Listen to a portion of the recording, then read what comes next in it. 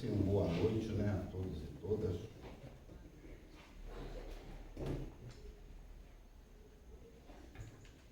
Este é o 7º domingo da Páscoa. A gente sempre diz, né, a Páscoa para nós não é só um domingo para comer chocolate, né? A Páscoa é um tempo litúrgico, um tempo importante, um tempo longo, e estamos no último domingo do período da Páscoa, porque o próximo domingo, então, é o dia de Pentecostes.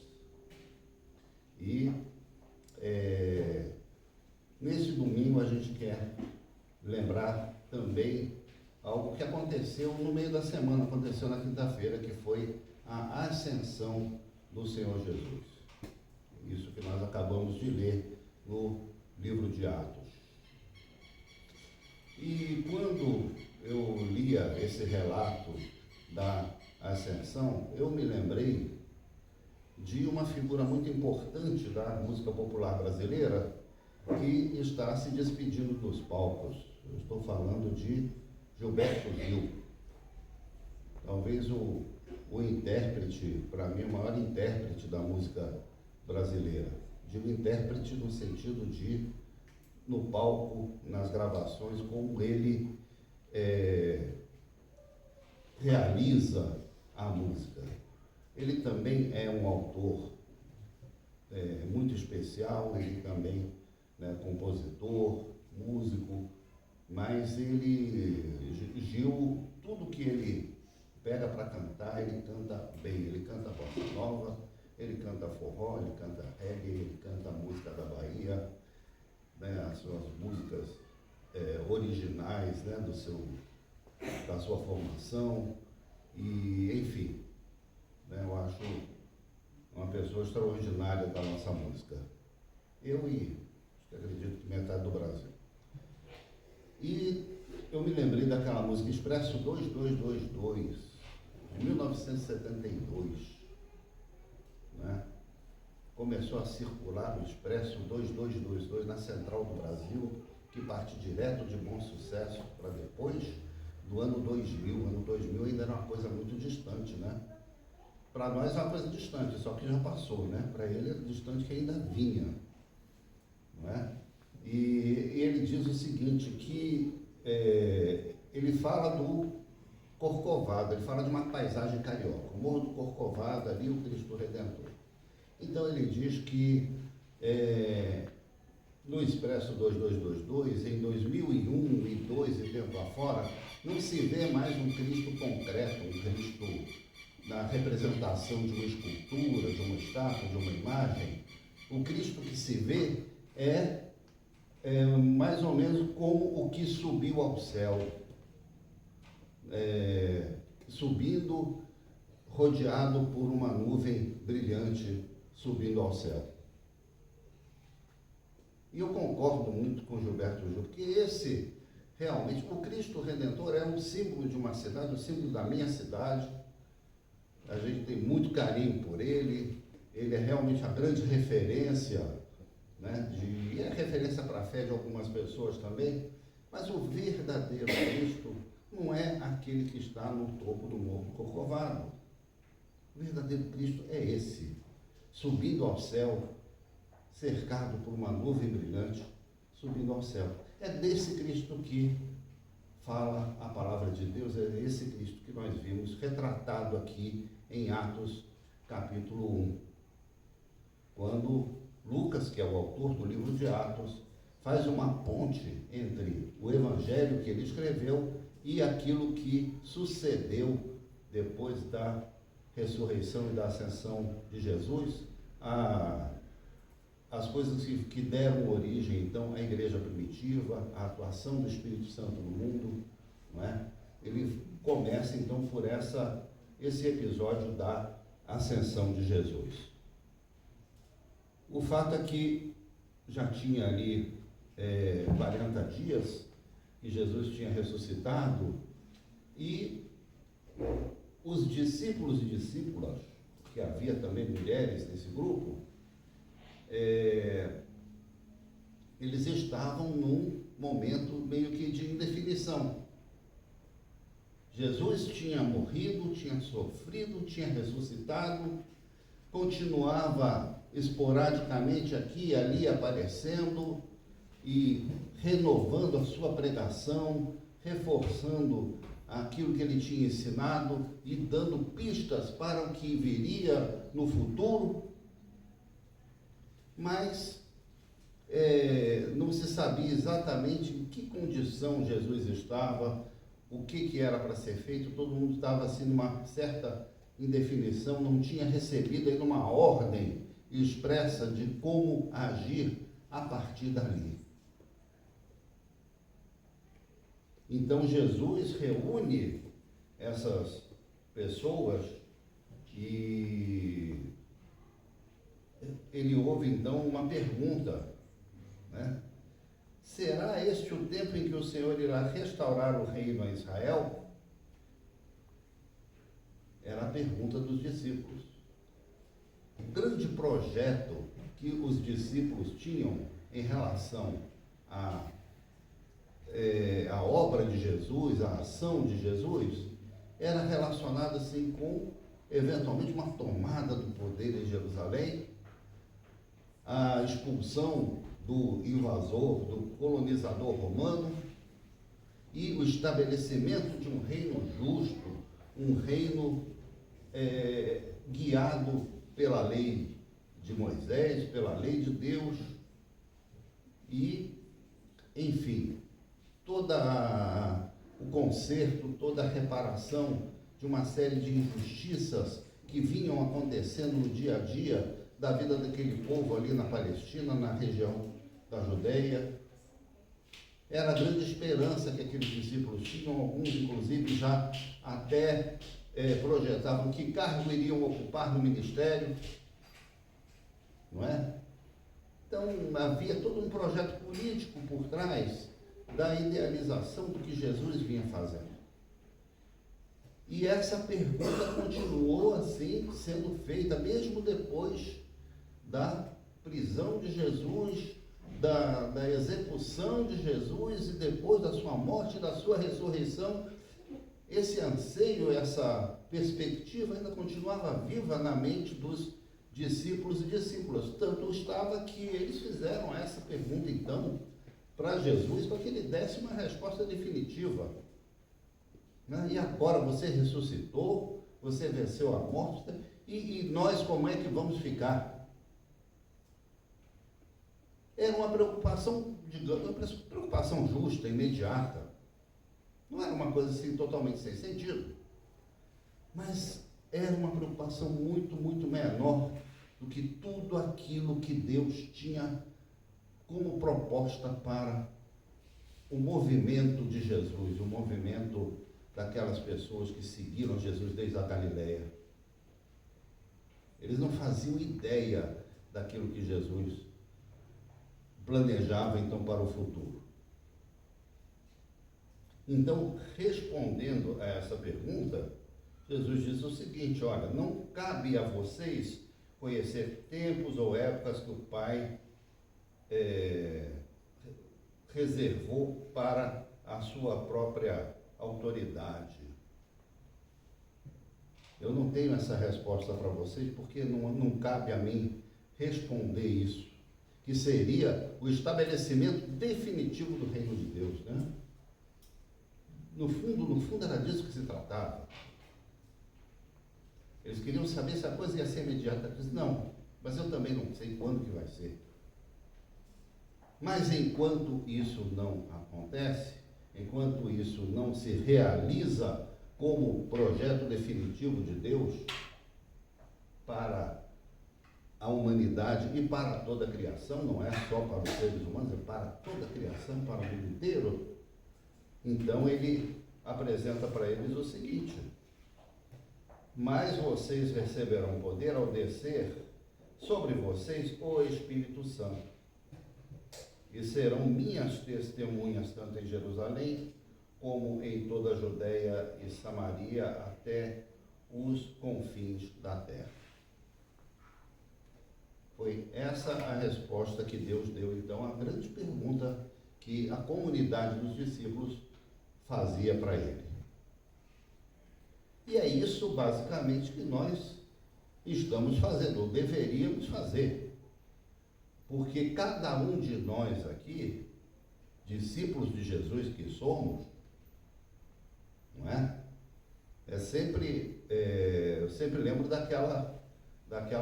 daquele princípio, né? Daquela frase. Jesus não quer seguidores, admiradores, fãs, não é? Seguidor de rede social, né? Que é o sonho de muita gente, né? Dos influenciadores, ter milhões de seguidores. O seguidor de rede social, só sair uma notíciazinha, uma notinha lá, dizendo que fulano de tal tratou mal, sei lá, uma pessoa, né? Aí pronto. Já vai perder lá mais ou menos 1 milhão de seguidores. Porque alguém vai se identificar com essa pessoa que foi eventualmente maltratada ou ofendida e tal. Então, seguidor não vale muita coisa não, gente. Ser seguidor de Jesus também não vale muita coisa. Nós somos chamados a ser discípulos de Jesus, aí sim. Aí a coisa é muito mais séria. E, além de discípulos, testemunhas de Jesus. Ser testemunha é uma coisa muito séria. A gente sabe que no meio jurídico, um investigado, um acusado, ele não precisa produzir prova contra si mesmo, é um direito que ele tem. Ele não produz prova contra si mesmo, então ele pode falar o que ele quiser, digamos assim, né? Claro. Mas, teoricamente, ele pode usar as alegações que ele quiser, ele tem esse direito constitucional. Mas a testemunha, essa não pode mentir. Por isso a testemunha jura, ela coloca a mão lá na Bíblia. Ela depõe sob juramento, porque ela tem compromisso com aquilo que ela viu. Compromisso com o que se chama de verdade. A verdade dela vai ser baseada naquilo que ela viu, que ela afirma ter conhecimento. Ela também não pode deduzir coisas, né? Eu acho que não. Ela viu, ela fala, eu vi isso acontecer, eu ouvi, eu li isso. Isso é o compromisso da testemunha. Então, Jesus nos chama a sermos o quê? Testemunhas. Sereis minhas testemunhas. E me lembro também de uma frase de Pedro e João. Não podemos deixar de falar das coisas que temos visto e ouvido. Isso também é ser testemunha. Normalmente a testemunha só fala quando é inquirida, né? Um verbo bonito, inquirida. Quando ela é perguntada pelo juiz. Nós somos chamados a falar, mesmo que ninguém pergunte nada. A tempo e fora de tempo, nós somos chamados a prestar testemunho do que Jesus realiza na nossa vida, do que Jesus realizou na história, da história da salvação de Jesus. Nós somos chamados para isso.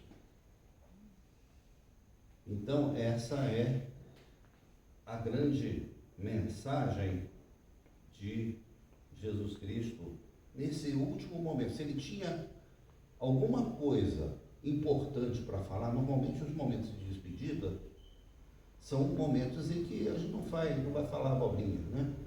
A gente não vai perguntar por qualquer coisa, a gente vai deixar com aqueles que estão se despedindo de nós vamos deixar com eles alguma coisa que eles vão lembrar sempre. Quando ele foi embora, ele falou isso. E foi isso que Jesus falou: sereis minhas testemunhas.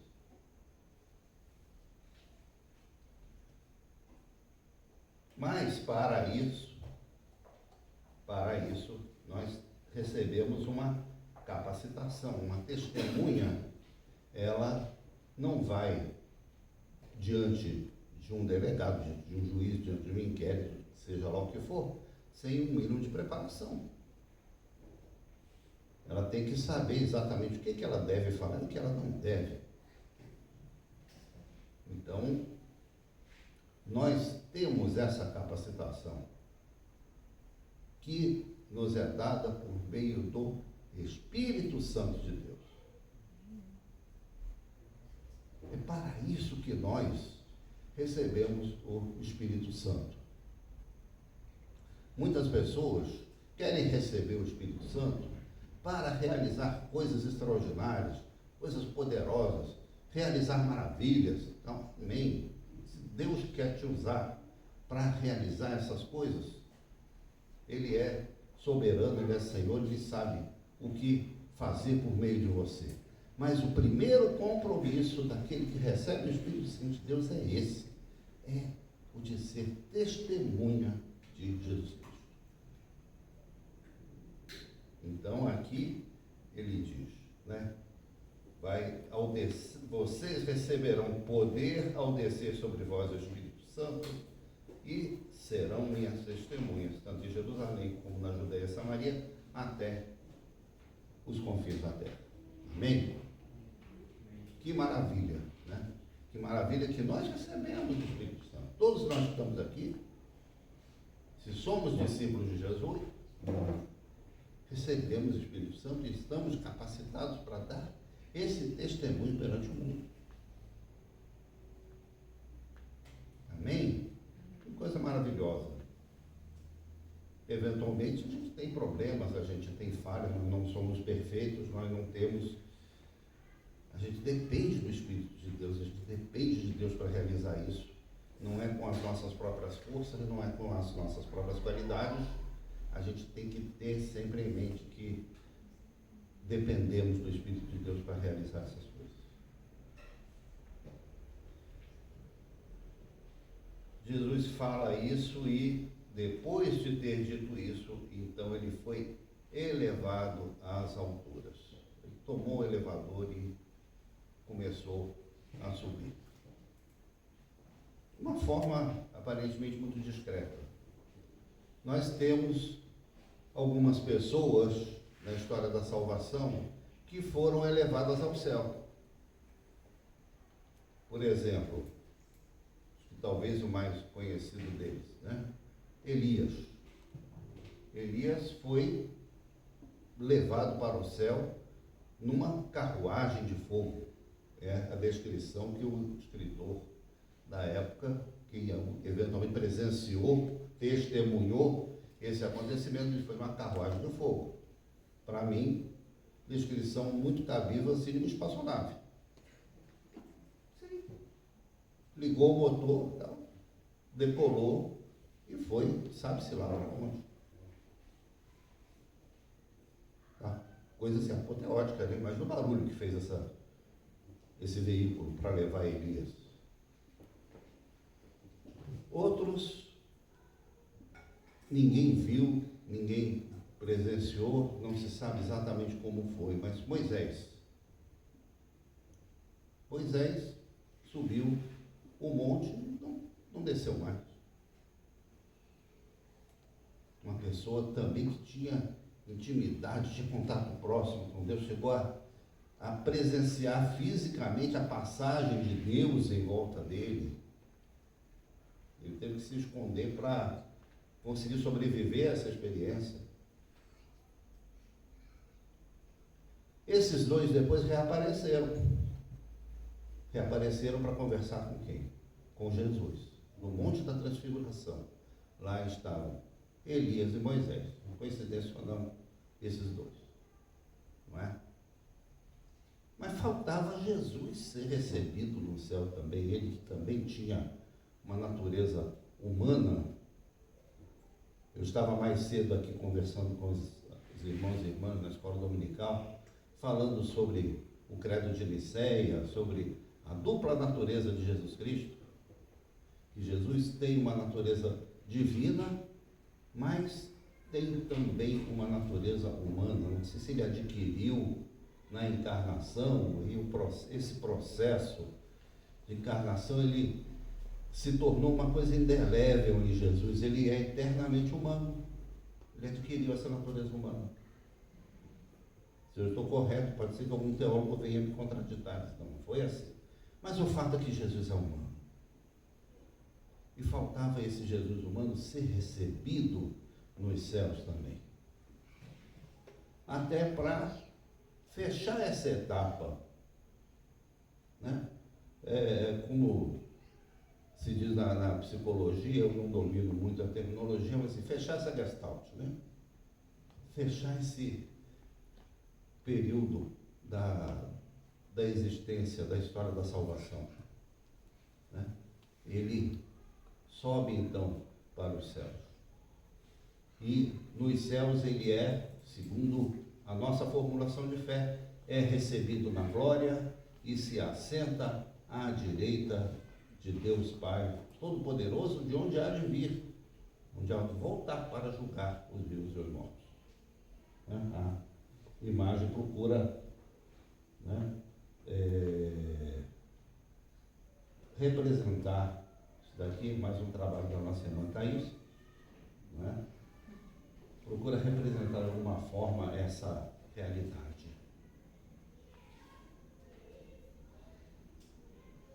E é claro, né? Os discípulos ficam olhando para aquilo, aquele espetáculo, aquela apoteose, aquela coisa extraordinária, né? Todo dia que você vê alguém subindo, assim, aliás, você não vê ninguém fazer isso. Não é? Só Jesus. E isso acontece conosco também, porque a gente passa a pregar, a viver um Jesus que é um Jesus glorificado, um Jesus que é Filho de Deus, um Jesus que é todo-poderoso, não é? Um Jesus que é representado em grandes edifícios, em grandes catedrais, em grandes edificações, né? Que é colocado no alto de um morro, assim, com um tamanho extraordinário. É essa representação que a gente tem desse Jesus poderoso.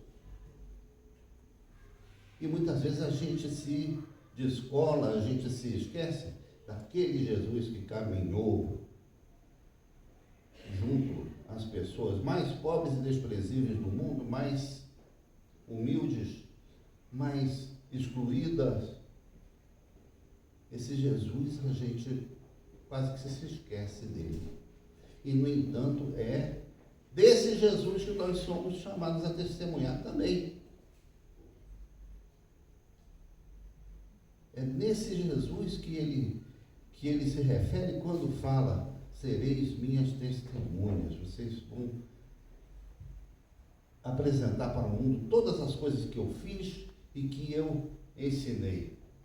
Aqui, inclusive, nesse texto de Atos 1, que Lucas dedica a uma pessoa com o nome Teófilo.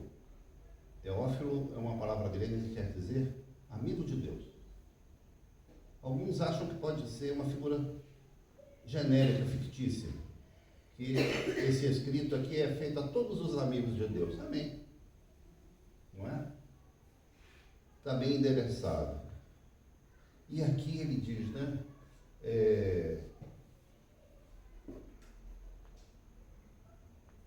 Escrevi o primeiro livro, a Teófilo, relatando as coisas que Jesus começou a fazer e ensinar. Interessante isso ali. Começou a fazer e ensinar. Não foi as coisas que Jesus fez e ensinou, né? As obras de um grande mestre do passado que encerrou a sua obra, e ali dentro de um livro você vai encontrar todos os seus ensinos, os seus ensinamentos, né? E tudo que você tem para saber a respeito dele está aqui dentro. Então, uma grande referência assim acabada.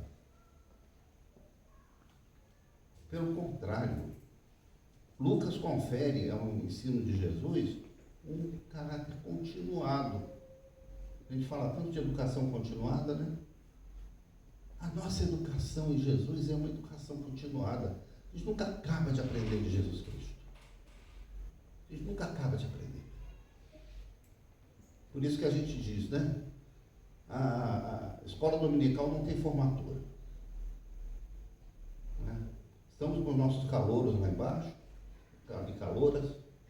Né? A vida inteira eles vão aprender Jesus. Que nem nós. Que nem nós. Não é? Então, as coisas que Jesus começou a fazer e ensinar, nós também continuamos a fazer e ensinar. Esse é o nosso papel como discípulos de Jesus, né? Claro, a gente se encanta, a gente contempla Jesus subindo aos céus, chegando à glória e estando lá se preparando para o seu retorno glorioso. Mas aí vem os homens de branco. Aparecem dois rapazes e fazem aquela pergunta meio incômoda assim: escuta, por que vocês estão aí olhando para cima? Não é? Uma vez um programa humorístico, não lembro se do Chico Anísio, coisa antiga. Tinha uma pessoa no meio da rua olhando assim, até com o pescoço assim. Aí juntou outra e ficou olhando na mesma direção. Juntou mais duas olhando na mesma direção. Daqui a pouco tinha 50 pessoas no centro de São Paulo, acho que ali no Viaduto do Chá. Todo mundo olhando assim pro alto. Aí alguém pergunta: escuta, por que vocês estão olhando lá para cima? Aí disse: o que é? Aí chegando primeiro, né? Tá falando: por que você está olhando? Não, é que eu estou com torcicolo.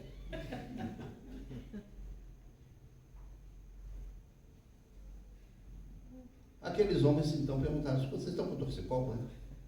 Por que vocês estão olhando para cima? Esse mesmo Jesus que vocês estão vendo aí subir, ele vai voltar. Ele vai voltar. Agora, enquanto ele não volta, lembre-se daquilo que ele acabou de falar para vocês.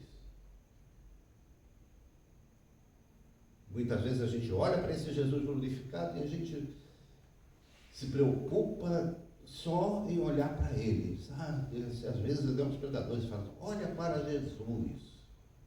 Mas a gente tem que olhar para um Jesus completo.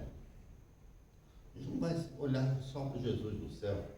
A gente tem que olhar para o Jesus que caminhou conosco aqui, que se sacrificou, que mostrou lições de solidariedade, de empatia, de tudo que são os valores do Evangelho, não é? Isso é o olhar para Jesus, né? Então, enquanto ele não volta, nós somos chamados a sermos testemunhas de Jesus pelo poder do Espírito Santo.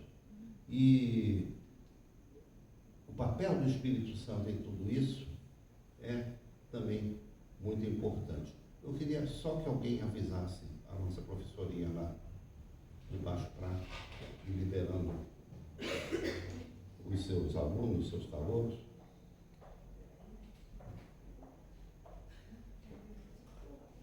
O Espírito Santo esteve presente no início do ministério de Jesus. Quando ele foi batizado, ele estava lá, esvoaçante, como se fosse uma ave ali, pairando sobre ele, acompanhando e enchendo Jesus para que ele pudesse exercer o seu ministério. E aqui também, quando Jesus volta para o Pai, aí vem quem? Exatamente o Espírito Santo para capacitar, dar poder àqueles que estiveram com Jesus até esse momento, superando todos os percalços, todas as dificuldades, todos os horrores, para capacitar essas pessoas a prosseguir então a obra de Jesus, agora distribuída, né, por meio de cada um de nós. O Espírito Santo também está presente nesse novo começo, não é? Então, meus queridos, com essa certeza que nós convidamos a cada um e a cada uma para refletir o significado dessa ascensão de Jesus, dessa subida de Jesus ao céu.